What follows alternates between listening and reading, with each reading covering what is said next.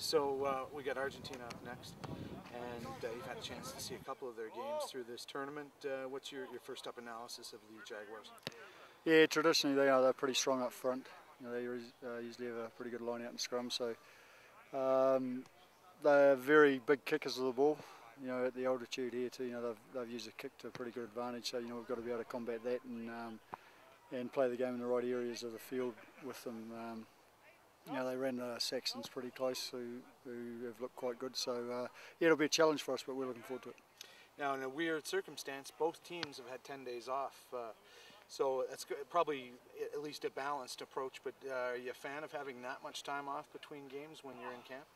Oh yeah, it's it depends what's happened beforehand. I mean, we've had a pretty good sort of campaign as far as length and work that we've been able to put in. So we probably needed a couple of days off. I'd be quite honest with that. But now the challenge is to actually get back up to the mark and perform again. So I'm not concerned at all about how they're going, and what they're doing. But we've sort of tailored our program to hopefully come to the table on Sunday and put out a performance, and then we can go away from that and then look forward to the World Cup qualifiers. Now the match that you played against Georgia with a 42-10 win was against a large physical side, and the Jaguars offer a lot of those same characteristics. So do you think we're going to match up well in a similar fashion? Yeah, well, we've got to, don't we? I mean, yeah, you're right. They are much the same as far as their physicality and that goes, and we've got to match that like we did against Georgia. But that's in the past now, and it's a new.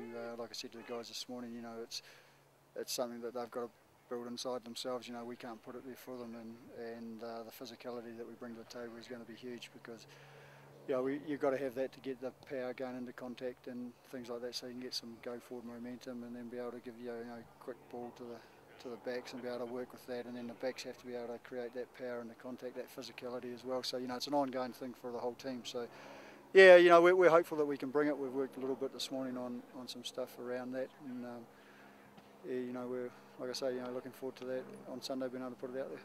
Now the boys look today after a weekend off, a supposed weekend off, some whitewater rafting and altitude training, but it was still away from the rugby pitch. Yeah, they probably thought it was a weekend off, but it was method to the madness, I suppose. They still got a pretty good workout in the whitewater rafting, and then they got a pretty good conditioning session, I felt, in the orienteering. And to be fair, we've worked them pretty hard yesterday and today. They're going to be worked pretty hard as well. They've had gym session yesterday and today, so they're going to be a little bit fatigued after tonight or today. But then we'll sharpen things up over the next 4 days. We've still got 4 days until Sunday, so we'll sharpen things up and hopefully we've got it right by the time we get on the field on Sunday. Going back to the European tour last year to this tour starting back in Vancouver, been together a long time. How are you seeing these guys as a group of young guys getting together and behaving as a team? Oh, it's great. I mean, the more time you can spend together, the more time you can develop the team, and we've been able to put a lot of work in both on the field and off the field as far as things go there.